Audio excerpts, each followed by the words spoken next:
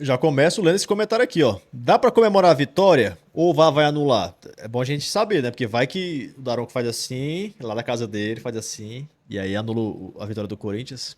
Vejo como ficou o tornozelo do Memphis Depay.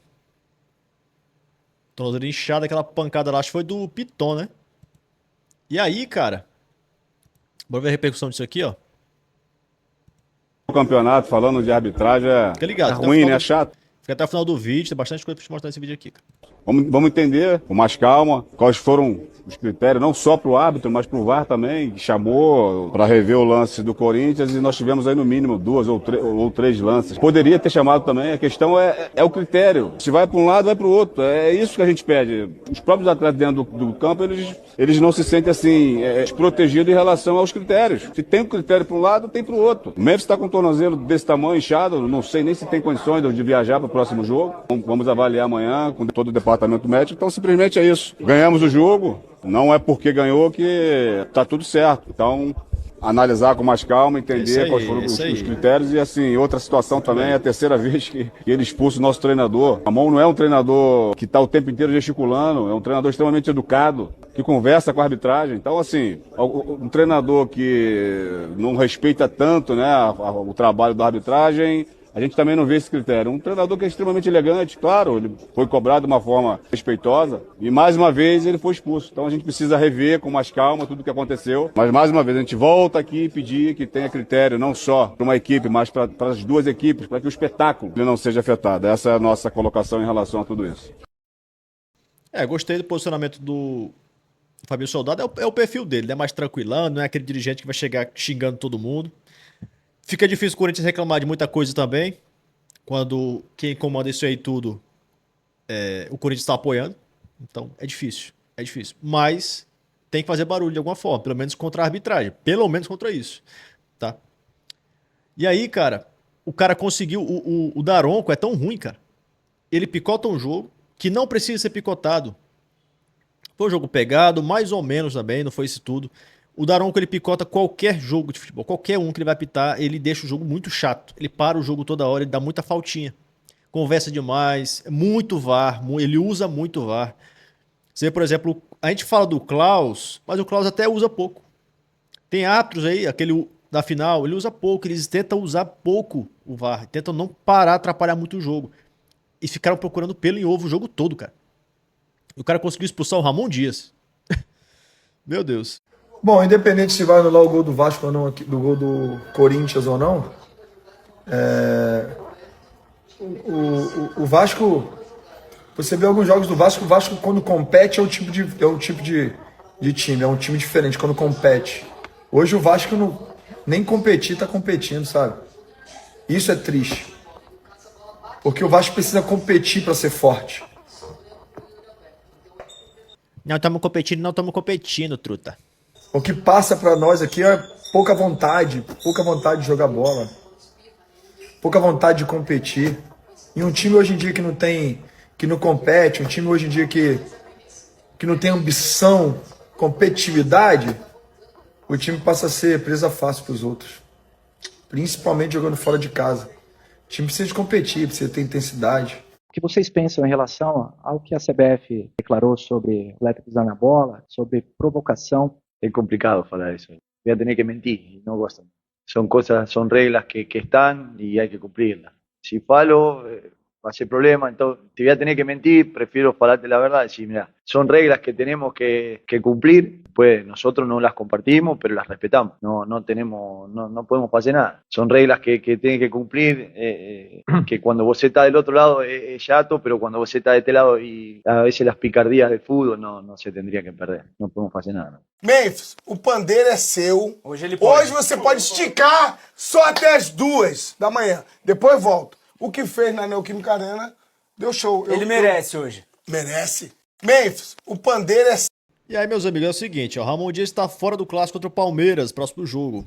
O técnico do Corinthians foi expulso por Anderson Daronco durante a vitória sobre o Vasco e, por isso, não poderá comandar a equipe no derby no fim de semana. Segundo a súmula, o argentino deixou a área técnica, apontou o dedo na direção do árbitro e reclamou de forma hostil após o segundo gol do Timão ser anulado. A frase registrada por Daronco foi: "Tu sempre toma decisões contra nós." Vocês têm noção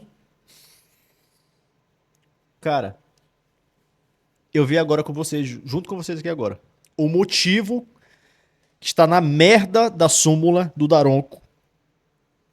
A frase que o Daronco fez o Daronco expulsar o Ramon Dias foi: tu sempre toma decisões contra nós.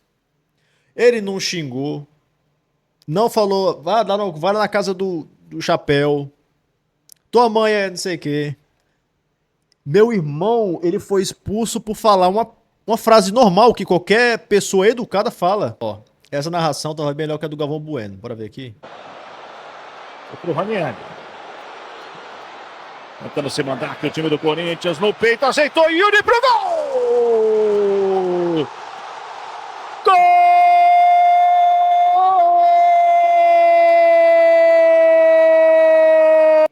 Vamos só ver aqui a do Galvão.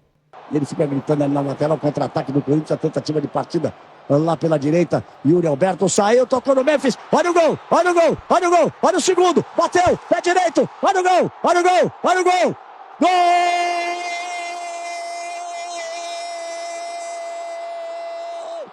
É do Corinthians!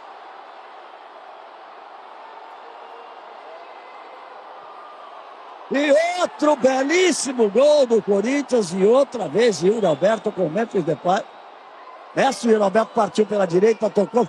Quanto tempo que ele não fazia gol, Hernão? Desde o dia 2, mais de um mês, no jogo contra o Mirassol pelo Paulista. Galvão Bueno completamente gaga. Quando eu falei em respeito no vídeo anterior, até recebi um comentário aí dizendo assim: ah, não tem como respeitar ele tava torcendo pro Vasco. Cara, você precisa ser muito alienado pra dizer que o Galvão Bueno tava torcendo pro Vasco nesse jogo. Você precisa ser muito clubista, mas exageradamente clubista. Mas muito. Bora ver aqui esses comentários aqui, ó. Olha mais um aqui, ó. Galvão não narra mais nada, tá muito velho. Reclama o jogo todo como se fosse ele que estivesse em campo. Sim, ele estava torcendo para sair gol do Vasco. O Galvão Bueno, só para informar vocês, tá bom? O Galvão Bueno, ele é flamenguista assumido. Dos maiores títulos do Corinthians aí, os maiores títulos do Corinthians, foi ele que narrou. Dos mais memoráveis. Brasileiro 98. Pega a narração do Galvão Bueno. Veja se é um cara clubista. É um cara no auge. Agora, ele mesmo falou, cara, tô 2 anos sem narrar um jogo. Praticamente pedindo desculpa ali, né? Porque não tava bem. É um senhor de idade. Aí você fala, ah, mas ele não deveria estar narrando esse jogo. Pela promoção do... Cara, assim, pela promoção do jogo, que foi, né, quando foi noticiado que ele seria o narrador, a maioria, você gostando ou não, a maioria aprovou e ficou ansiosa por isso. Teve até notícia do Ronaldo e do Romário, mas acabou não acontecendo. O Galvão Bueno é um mito, é um ícone, é uma figura, assim, cara, histórica pro futebol. Esse tipo de comentário aqui, eu nunca, na minha vida, eu vou entender, concordar, aceitar um tipo de comentário desse aqui. Totalmente desrespeitoso, cara. Se você acha isso normal, cara, você tem que rever a sua educação na sua casa. Como você foi educado, quem te educou, ou quem não te educou. Chama o Galvão Bueno de velho. Ah, porque tá velho, porque não sei o quê. É coisa de gente imbecil, velho. Imbecil. No lugar do cara aproveitar a porra do jogo, escutar a narração do cara, entender que aquele cara ali é um cara diferente, ele é um cara, ele é a história em pessoa no nosso futebol, a história em pessoa. Você nunca vai conseguir chegar aos pés do Galvão Bueno. Você nunca vai conseguir entender o que esse cara significa pro futebol brasileiro. Futebol mundial, cara.